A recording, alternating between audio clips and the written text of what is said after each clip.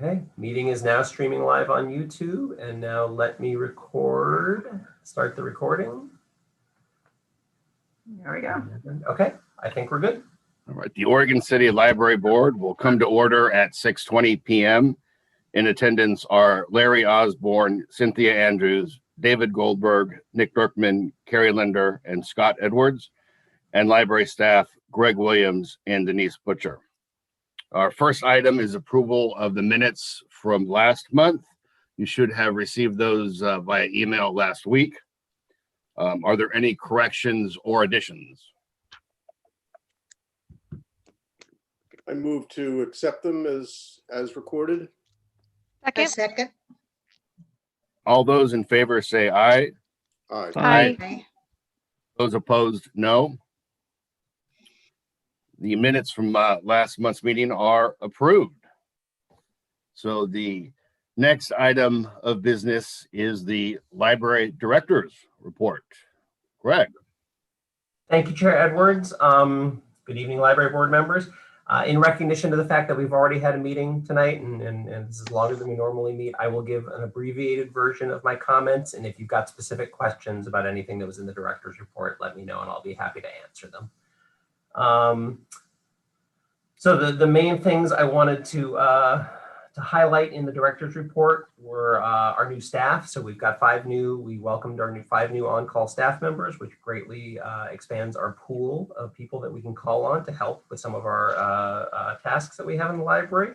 They are all turning out really well. I want to recognize Denise Butcher and our circulation coordinator, Katrina, for selecting a great group of candidates. So we're glad to have them on board.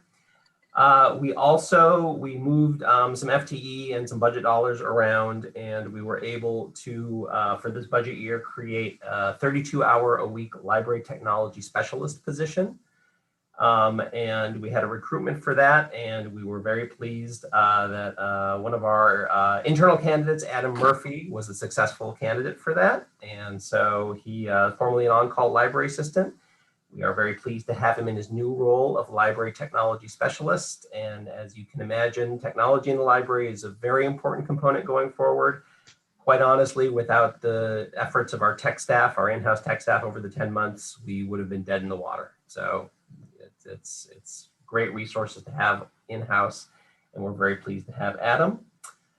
I wanted to highlight the library facilities. We have been working on reconfiguring the staff area in the basement. We had a bunch of the furniture moved around and a couple new pieces added. It's looking really good.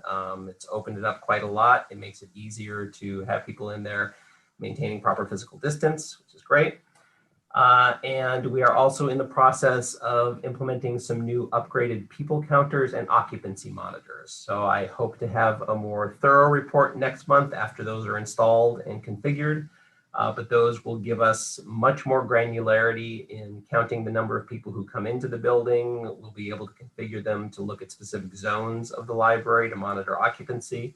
And one kind of the cool things going forward, they can even differentiate, you set a height limit and they can differentiate between kids and adults. So we'll get a little more granularity of data of, where patrons are using the library and even, where different age groups are going. So that'll be interesting to know. For the services, I wanted to highlight, I believe it was supposed to launch today. I haven't had a chance to check our Facebook page today, but if it's not today, it'll hopefully be tomorrow. The New York Times access is going live. It should be today, so patrons will be able to log in. You get a free, you can do this as many times as you need to. And you get a 72-hour pass to the New York Times website, full access to the website, and there's a lot of great educational resources that the New York Times makes available that we plan on promoting to our educational partners, the schools. So we're really excited about that. And that was paid for, the first year of that has been paid for by the Friends. So we're very grateful to them for their support with that. And then I wanted to point out our outreach activity that I put in there. Last month, I told you about some books we had delivered. We partnered with the school district to deliver about 1,500 books. After that, we were able to get in contact with the Clackamas County Head Start folks, and we were able to assemble and deliver another 150 book bags for kids in the Head Start classrooms in the Oregon City service area. So that was another great opportunity. We had to partner with a local organization and use some of those summer reading prize books that we weren't able to distribute. We still have a few left, and we're working with some other groups in the area to try to get those distributed where they'll do the most good. And I'll bring back some more information in future meetings on that. And then finally, I wanted to let everybody know, I'll let Nick talk about LDAC a little later. All the link libraries have agreed to kind of extend our COVID-related policies about circulation and fines. So materials will still continue to circulate for a longer period, and no fines will be assessed on overdue materials. That's at least through the end of March, and the directors have just been kind of reevaluating that as we go along. And then finally, I believe it was David had a question during our last board meeting about kind of what the impact of COVID on circulation has been. So I just pulled some numbers, some circulation numbers for December, compared them between December 2019 and this December. And as you can see, almost everybody has significant declines when you're just looking at circulation. I always do like to point out to people that circulation is not the only thing that's going on in the library. We've doing a lot of online programmings and outreach and things like this. So this is one part of the tale. But as you can see, numbers are down with the exception of Milwaukee.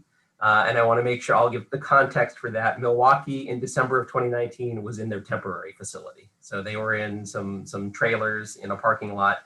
And then this year, even though they were closed for COVID, they were in their full facility. And so they're in the enviable position of their circulation has actually gone up between December last year and December this year. So that is my quick version of the director's report. And with that, if there are any questions you have, I'll be happy to answer them. Thank you for doing that research. Oh, you're very welcome. Are there any other questions or comments? All right, thank you, Greg. We will then move on to public comments where citizens are allowed to speak for up to 3 minutes. But I don't believe we have anyone lined up. Yep. All right. Nope. And so we'll move on to our next item, which is the discussion items and some big items on that list. We'll start with election of officers for 2021. We tonight will be electing a chair and a vice chair. These positions are for a 1-year term. The position of chairperson presides over library board meetings and is responsible for identification of subcommittees, seeing that board vacancies are filled, and overseeing the business of the board. The vice chair assumes the duties of the chair in the absence of the chair. Per our bylaws, the elections are by nomination and then a voice vote process. So we will start with the position of chairperson. Do we have any nominations? I nominate Scott Edwards.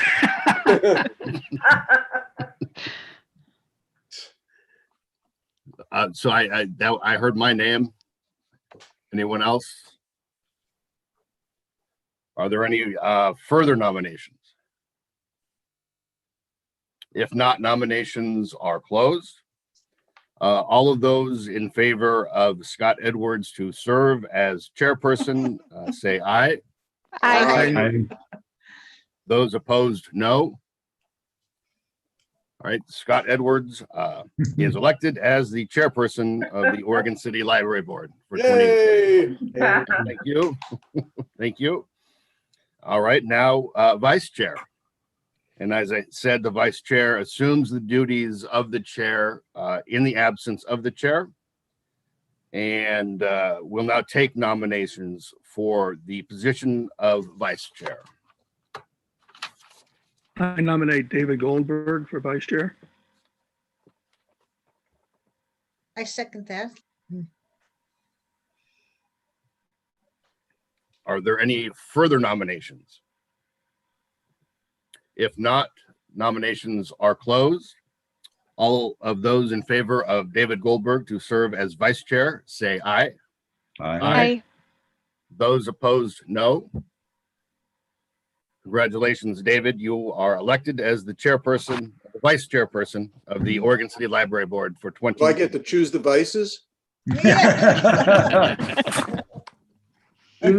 to dispense the vices. Thank you. Yeah. Thank you all. It's a pleasure. And thank you, Larry, for serving for 2 years as the vice chair. Yeah. Thank you very much, Oz. All right, we'll move on then to item 4, discussion of candidates for library board vacancy. And tonight we heard from 2 very well qualified, amazing candidates. So we have a very tough decision before us right now. So I'll open up the floor then to discussion. I liked Elizabeth. I understand that the whole interview process, not to mention being online, favors extroverts. And I think we have to keep that in mind. But I really liked her enthusiasm. She had lots of good ideas and insights, and she was clearly well prepared. And I think that's important because it reflects a person's interest in the position. I agree.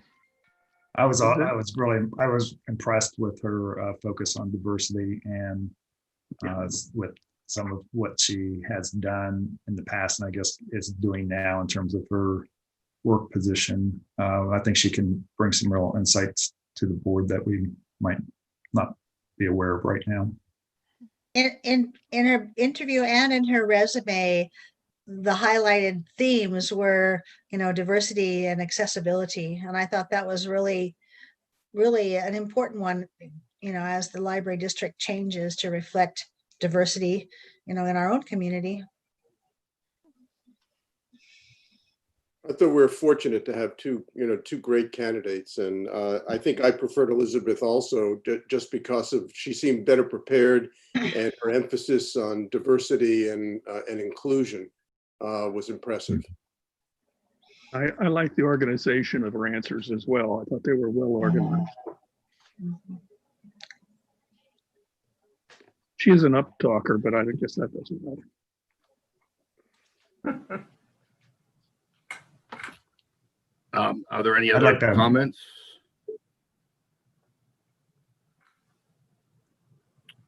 All right, then I'm sensing we want to then as a board go forward then with a selection. So I would entertain a motion if someone wants to do that. I would move that Elizabeth Zitter be the successful candidate for the position. I second. Us. Second. All right. So then all those in favor of Elizabeth, was it Zinter? Yes.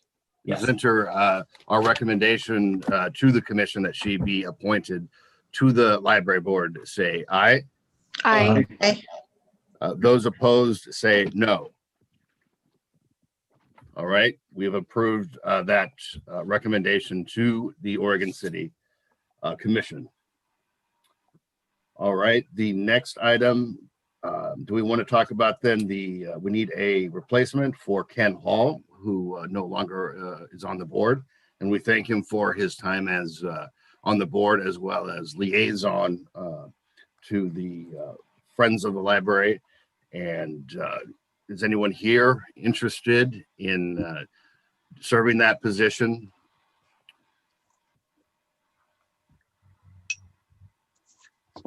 My audio must be out. I'm not hearing.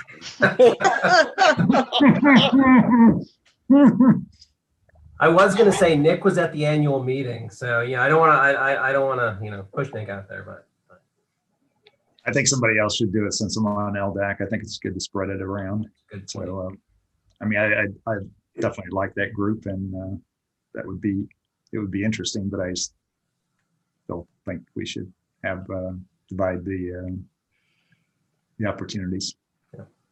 Hey, Greg, what specifically are the requirements to be the liaison? It's they meet once a month before Yes. the library board meets. Yep, they typically meet once a month. It's the same day as the library board meeting.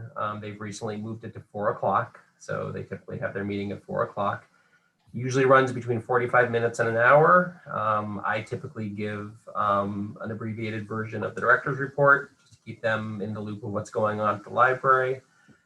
They will discuss the Friends financials. They discuss some the operations at the bookstore, how that's going. And then if we've got if the library has any funding requests, we will present it to them during a board meeting and talk about that. So that's typically how the meetings go. And then they do have an annual meeting that they have. In the past, pre-COVID, they would have an event. Correct me if I'm wrong, Denise, but I think it was a luncheon or a brunch. Yeah, yes. Yeah, and just trying to drum up some interest and some more members of the Friends. But that's kind of And what I they do. assume the meetings are on Zoom. Yes. And before that, they were held, I think, close to the city At the hall. library, yes. In the Was at the library. They'd be in our before COVID, they occurred in the meeting room in the library. Well, maybe we will keep this open then and see if our new member is interested in doing that, and if not, I will do it. If no one else wants it, so we'll set that aside for next month. How does that sound? Thank you. All right, so that wraps that up. Now we will move to communications. Nick, do you have an update from the Library District Advisory Committee? Yes, we actually met, which was very amazing. Yeah. So in that meeting, it was basically just to have everyone gather and just so we could kind of see what's been happening. And so Greg kind of gave an update for us about what's things that we're doing. They were looking more for things that were unique relative to what we've done since COVID. And so it was good to get an update. I think all the libraries are doing a great job, and we are too. And our library is doing very well. Next month in February, we're going to start talking about the task force, what they're calling the big task force, because that's been really put on I think it hold. might be in March. Is it March? Okay, thank you. Yeah, I think it's March, if I remember. Yeah. Okay, thank you. So the plan with the large task force is to really look across the board in terms of how it's been operating, how the library district's been operating, and see what kind of if any changes that are necessary, and then also looking at the financial situation across all the libraries and to determine if we may need a rate adjustment to really cover everything. So that's probably one of the rate is obviously something that is clearly on a lot of people's minds in terms of what we're doing, how we're operating, that type of thing. And I know that in the past we had some discussion about service areas and questions about that, and how service areas may not really totally reflect where we are, but there's a lot of things to consider in this discussion, and so that would definitely be something that will be reviewed as part of the large task force also. So basically the next meeting is with LDAC to review the go forward direction with that task force. Greg, anything you want to add? No, I think you covered it all. The one thing to remember is that the task force is sponsored by the Clackamas County Board of County Commissioners. So it's their task force that they created, and they directed this is how it was going to unfold. So I think it'll be a really good discussion for LDAC to have to kind of figure out, what are some different ways we might go forward during these strange times. But it will be something that would then have to be forwarded to the Board of County Commissioners for their consideration. It's not solely up to LDAC to Right. change the course of the task force. But I think it'll be great to have. I know the BCC will take LDAC's feedback very much into consideration. So. One of the key things is, as Greg was just pointing out, it's not just LDAC in terms of, the big task force includes city managers, finance, people from the finance areas within the cities, and really a broad base of, input and thoughts in terms of how we should move forward. Great. Thank you, Nick. And thank you for being our liaison to the Library District Advisory Committee. All right, Cynthia, do you have an update from the Library Foundation? Well, actually, I do not. Due to circumstances beyond our control, we were not able to meet via technology at our last scheduled meeting. Greg gave an heroic effort, but it was not successful. And so the people that were able to connect did have some chat time and to get caught up, but we weren't able to take care of regular foundation business. So we're meeting again, I think it's next week. And I'll have a better report for you after that for our next month's meeting. But it just didn't go as we would hope. No, it was that was kind of our first big technology fail when it came to web conferencing. So that was it was a fitting end to 2020, right? Yes, yes. But I can just report in a general way that business is being taken care of as we go along. We did mail out an end of the year solicitation for donations, and we received a number, and we're still working on partnerships with the Oregon City Schools Foundation, and Dolly Parton is just going great. So things are going well, even though we weren't able to actually meet to discuss how well they are going. Great. Thank you, Cynthia, and thank you for being our liaison You're to welcome. the Friends of the Library. Excuse me, the Library Foundation. Greg, was there anything? Greg, was there anything to update us on from the Friends of the Library? There was nothing out of the ordinary. They continue to do for the amount of time that they're open, and selling books. They continue to do well. I think financially the whole year was pretty much of a break-even year, which in a circumstance like this is really good. They're hoping to start. They lost a lot of volunteers, or not lost, but there were a lot of volunteers during the pandemic who were uncomfortable being around other people, understandably, and they're hoping that they're going to start to get some more volunteers back in as time goes along. They have started implementing every second Saturday is a 50% off day for Friends of the Library members. And they did report that this year they had some great membership news. They are now up to 46 members as of the end of December, which I think, if I can read my notes, that's about 20 more. I think they got about 20 new ones. Great. They said half of their new members for this year came during December in response to a mailing. And they said that the